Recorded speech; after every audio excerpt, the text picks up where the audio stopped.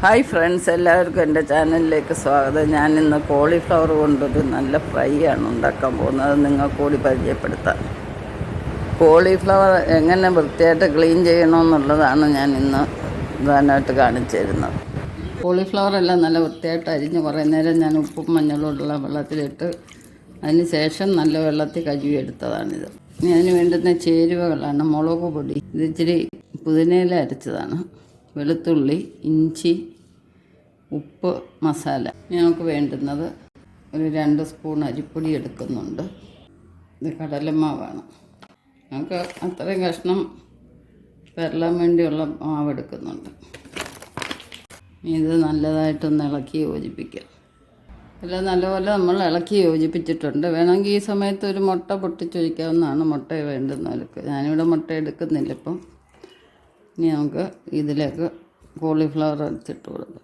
ഇത് നല്ലപോലെ ഒന്ന് യോജിപ്പിക്കാം. നല്ലപോലെ ഇളക്കി യോജിപ്പിച്ചിട്ടുണ്ട്. നമുക്കിനി ഇത് 10 മിനിറ്റ് റെസ്റ്റ് ചെയ്യാൻ വെക്കാം. അപ്പോൾ നമുക്ക് ഈ മസാലയെല്ലാം നല്ലപോലെ ഇതിനകത്ത് പിടിച്ച് നല്ലൊരു ടേസ്റ്റ് കിട്ടും. വെളിച്ചെണ്ണ മൂത്തിട്ടുണ്ട്. നമുക്കിനി പരത്തി വെച്ചിരിക്കുന്ന കോളിഫ്ലവർ കുറേശ്ശെ ഇട്ട് മൂപ്പിച്ച് കോരിയെടുക്കാവുന്നതാണ്.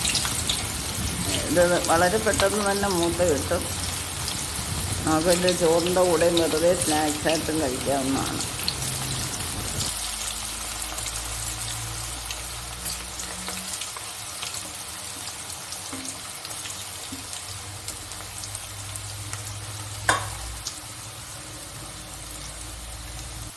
എല്ലാം നല്ലപോലെ മൂത്തിട്ടുണ്ട്. നമുക്കിനി ഇത് കോരിയെടുക്കാം.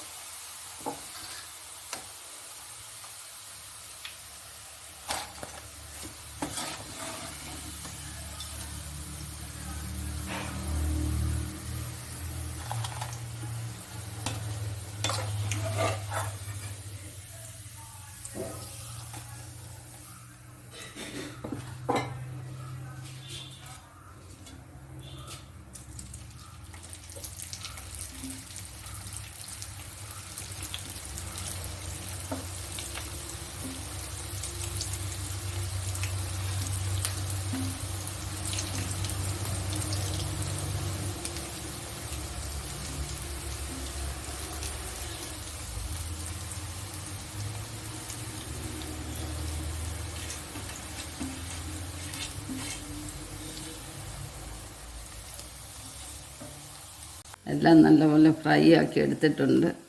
ഇത് നമുക്ക് ചോറിൻ്റെ കൂടെ വെറുതെ സ്നാക്സായിട്ടും തിന്നാവുന്നതാണ്. എത്ര തിന്നാലും മതി വരത്തില്ല. കണ്ടില്ലേ, നല്ല ക്രിസ്പിയായിട്ട് കിട്ടിയിട്ടുണ്ട്. ഇത് കൂട്ടി നമുക്ക് ചോറ് ഉണ്ണാം, ചായക്കൊരു കടിയാവും.